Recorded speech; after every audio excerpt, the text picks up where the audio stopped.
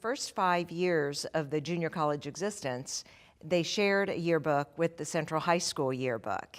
The first year, which would have been the 1916 yearbook, they only had the class picture of the very first class of the junior college, and that was the only thing in the yearbook. But for the next 4 years, they had probably, anywhere from 12, 15, 20 pages as part of the Central High School yearbook.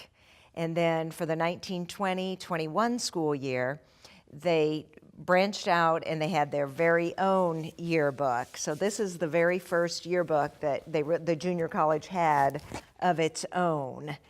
But I think it's interesting to note that except for maybe the first year when they only had a class photo, every other year since, the yearbook has been an important part about the college, an important part of the college.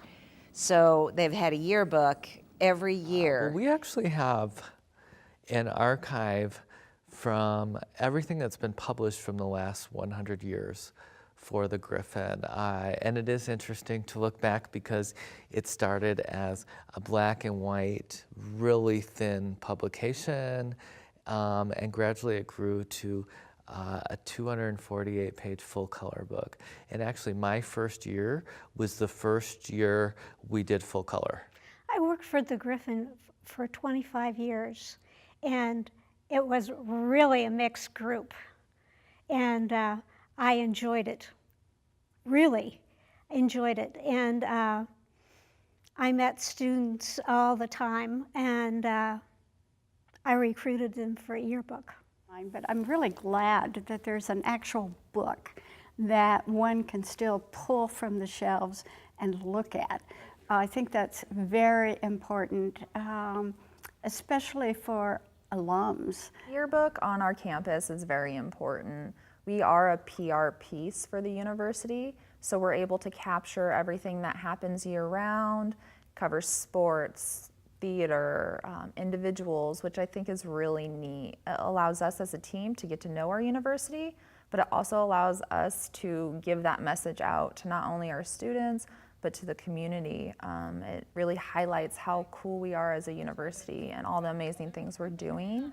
The yearbooks are an amazing, amazing storehouse of information. The yearbooks truly do tell the historical narrative of St. Joseph Junior College and Missouri Western. One of the biggest conversations were, do students still care about the yearbook? Should we still have one?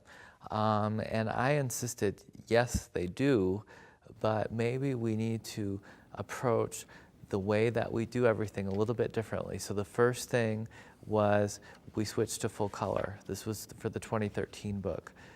Next, we added faculty and staff portraits. They had never featured those before. Those were really popular. Then we put together a whole distribution team of students handing out books on campus. That got people at Missouri Western more excited about the book. It also meant that we were passing out all the copies of the book. There's a picture of me in a 73, 74 yearbook when I was just very, very young, like 25, 26, really long hair. They used to feature a faculty member in there. And I don't know what happened to my copy of the yearbook with that picture in it, but it sure would be nice to pull it out and say, oh my gosh, I looked like that 45 years ago. That would be fun to see. One of the biggest things that people professed on this campus was that the yearbook had a lot of prestige. It had a long history of winning awards at the state and national level. I was very impressed by that, and I really felt like that was something that just made the students and everybody proud of it and added to the support of the publication. It meant that it was something that students were esteeming to a certain level of quality. And I think it's wonderful that we are known throughout the national scene as a spot where we have an award-winning yearbook. And I know that year after year after year, that would happen.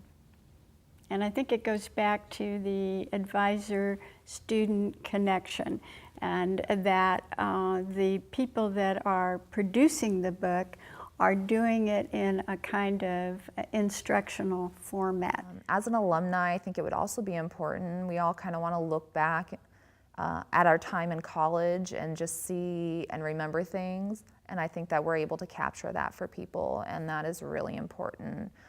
Especially in a world that's so digital, it's nice to have that hard copy of those memories. I have alumni come in my office all the time that want to look at my yearbooks. A lot of them are looking for a particular person, or they want to see. I had one man say to me one day, well, I would like an extra copy, but let me look at it first. I want to see, you know, if I'm in it, if my friends are in it. So I have alumni so many times in our office, being the University Advancement Office, which includes alumni and development. Staff in our office are always pulling yearbooks just to see if they're thinking about, if they're talking about an alumnus, they want to pull that yearbook to see that person, what they were involved in. And I'm proud of what the Griffon means on campus, and I'm proud of what it means nationally. And I think that is something that takes a long time to build, and it even takes more effort to harness and maintain, and we've been able to do that, and I hope that we continue to do that with everybody's support and collaboration with the yearbook.